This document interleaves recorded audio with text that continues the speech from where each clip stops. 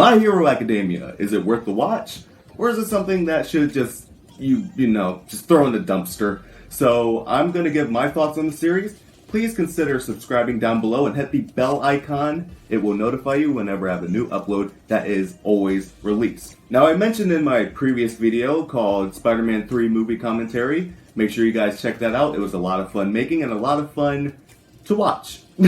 But I mentioned in that video that I had some other video ideas that I was going to do. And one of them was going to be My Hero Academia. So that's what we're going to be reviewing today. We're going to be reviewing Season 1. So I'm going to be reviewing each season in consecutive order. Yeah, so I'm just going to give my thoughts and let you guys know whether it's garbage or not, or something that you should really, consider checking out. So here we go. So I'm going to be quite honest with you guys. My first experience with this show was actually about a year ago. I watched like the first 2 episodes, and I'm not gonna lie, I was not interested in the show. Many of my friends told me to check it out, give it a watch, and basically just try and enjoy it. But for some reason, I just could not get into it. And it's very interesting because I think I figured out why. That's because our main character in the beginning is very whiny, he's very much tearful, and he's very much timid.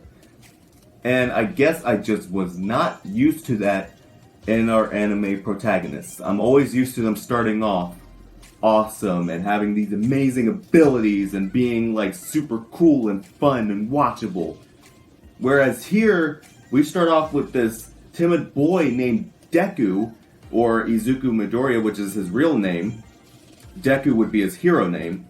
We start off with this character where he's timid. He's born in this world where 80% of the population is born with superhuman abilities, or quirks as they call them in the series. So he's born without any of these abilities, and everybody around him has these abilities, and it dives into some deep psychological stuff. I was not into that. But then I gave it a rewatch earlier this year, and I adored it. It was something refreshing. And I just went in with more of an open mind, and I was immediately hooked. This was definitely something different and unique, and you can definitely see the character progressing in development throughout the series. Let's talk about the plot of My Hero Academia, and this is where we're going to get into some spoilers. So if you don't want to be spoiled, make sure you guys click to the end of the video. Still consider subscribing and hang around, I guess. But other than that, let's just go ahead and dive on into the plot. So essentially the plot of My Hero Academia is, like I said, these characters or people in the world are born with these quirks, special abilities. 80% of the population has them. Everybody has either taken a profession, or at least most people with effective quirks have taken a profession in being a superhero or a supervillain. So there are people who essentially use their quirks for good and for evil. So mostly people use them for good. And there are these hero courses that are at these special high schools where you have to certify to be a hero, because otherwise you would be a vigilante and therefore still be a villain. So we start off with our character Izuku Midoriya, Deku. Obviously he has no quirk, he has no abilities. And then that all changes when he runs into the main hero of the series, or the number 1 hero of all the series, All Might. And essentially, he sees Izuku Midoriya's act of courage, or a heroic act that he commits to rescue his school bully, of all people, from a sludge monster, and sees that, this kid does not have a quirk, but he still risked his life to go save this guy, even though he didn't have any powers to be able to do it, or to actually be able to accomplish it. But he still tried to do something, and that's the true essence of being a hero. Self-sacrifice. Doing what needs to be done, and doing the right thing, no matter what the consequences to yourself is. So he grants him his abilities.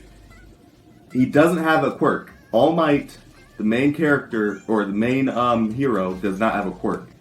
He has something that's passed down to him called One for All, and we will dive deep into that in Season 2 and 3 when I review those. So essentially, he gives Deku these powers, or this super strength power, and then he's able to enter into this high school where he essentially has to certify to become a hero. And I loved it. The plot is amazing. I loved it, and they also give development to the side characters and the characters that are going to be impacting our main protagonists. So first we're going to be talking about Bakugo.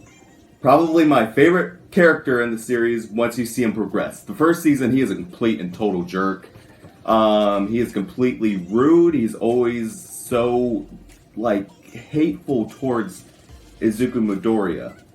And you can obviously see his backstory in episode, what was it? In episode 7, you see his backstory and why he essentially doesn't like him, because he doesn't have a quirk, and he felt like he should be the only person at his school worthy enough to be able to certify into this hero course. But Deku certified into it too, and he was extremely furious about that because he's known him for years without having a quirk, and then he spontaneously has one, and his rage just increases, and it especially increases in Season 2.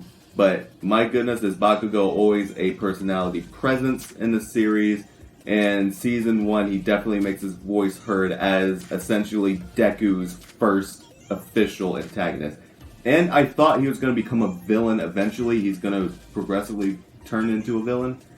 But you can definitely see they take a completely different direction with this character, which I will discuss later on in another review.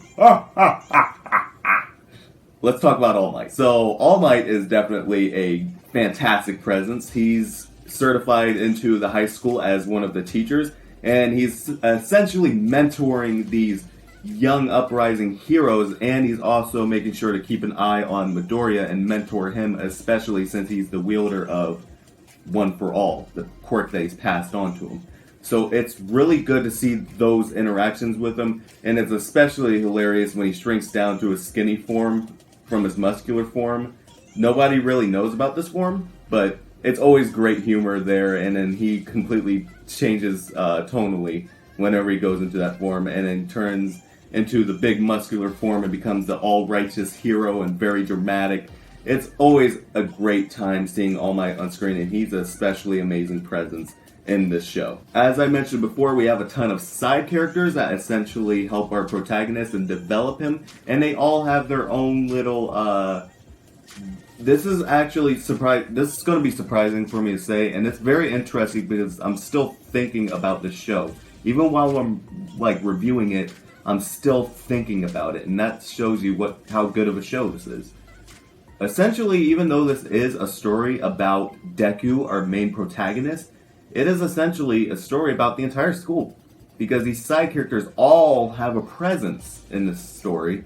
Maybe not in the first 7 episodes, but once it goes from 8 all the way through the rest of the series, they all have a presence, and they all have their own unique voices, their own unique quirks, and their own unique, character arcs. They all undergo development of their own. They all have great personalities, and they're all fun to watch. And these are characters that feel like they could exist in the real world. Now, obviously, it's exaggerated for anime, but they feel like they're exaggerations of people that actually exist. And that's what I find fascinating about the show, because some of these characters I look at, I'm like, these characters feel like classmates I've had when I was, in one of my courses before. And it's just like, they just feel like exaggerations of those people I knew.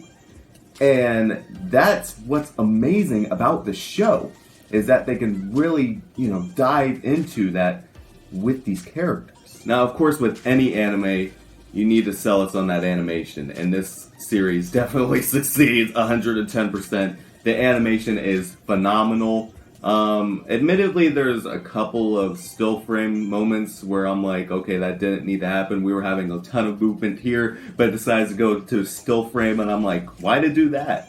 But there's not a lot of that in this season, and I guess that's a little gripe, and then a couple of characters can come off intense. Anyways, but that's another gripe. But the animation is amazing. I thoroughly enjoy this animation, especially being someone who draws a lot, which, by the way, guys, if you guys do want to see a video about me drawing or seeing me draw or seeing some drawings that I've done, make sure you guys let me know down in the comment section, please. But getting back on topic, the animation is something I really enjoy. It's very colorful, very vibrant. There's a lot of thick line work in there. And it's just something to really behold, and it really sells you on the impact of the hits when they do action scenes. We also have a great, fantastic opening for a first season. Normally, series have forgettable openings, but My Hero Academia as a whole has had really good openings, except there's been one that I was very much like, meh. But for the most part, all the openings have been really, really good, and this one is definitely in my top 3.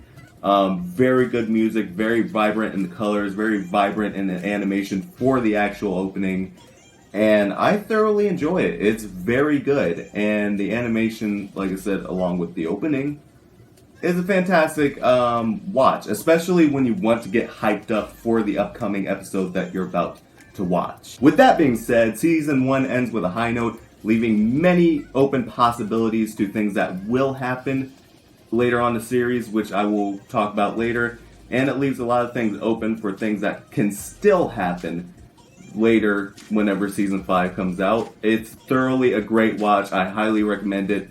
It is not trash. It is definitely worth a watch, and I will say My Hero Academia is a top tier anime. I mean, no doubt. I do recommend that you guys go in with an open mind. I didn't go in with an open mind my first time watching it, but once you guys watch it, you guys will thoroughly enjoy it. I believe you guys will. And if you guys don't, then I completely understand. Not all animes are for everyone, and I thoroughly get that.